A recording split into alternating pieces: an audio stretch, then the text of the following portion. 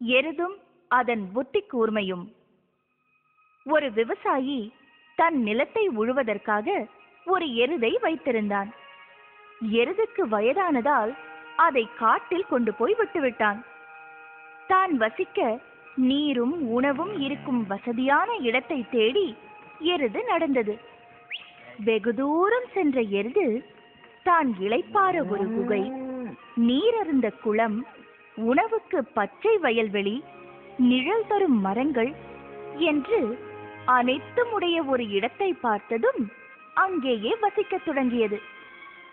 ஒரு நாள் ஒரு சிங்கம் அந்த குகையை நோக்கி வந்து கொண்டிருந்தது.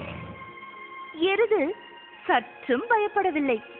உடனே எருது குகையை நோக்கி, அன்பே, நம் குழந்தைகளுக்கும் இன்று நல்ல உணவு கிடைக்கப் போகிறது.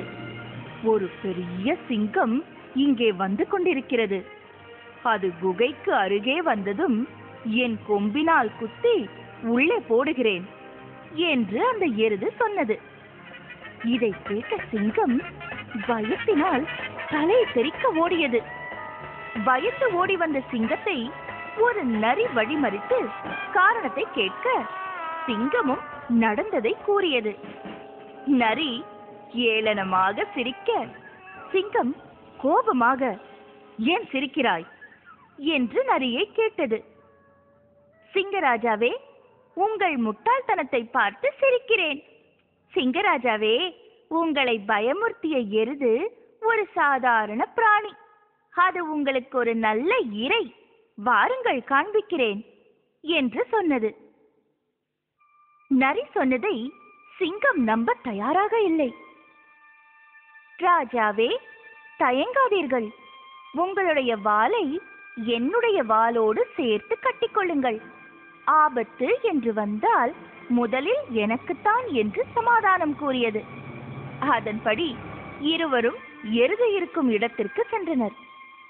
இருவரும் வருவதை கவனித்த எருது இப்போதும் பயப்படவில்லை.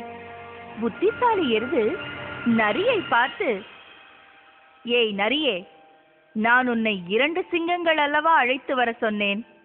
ஆனால் நீயோ ஒரே ஒரு சிங்கத்தை அழைத்து வந்திருக்கிறாயே.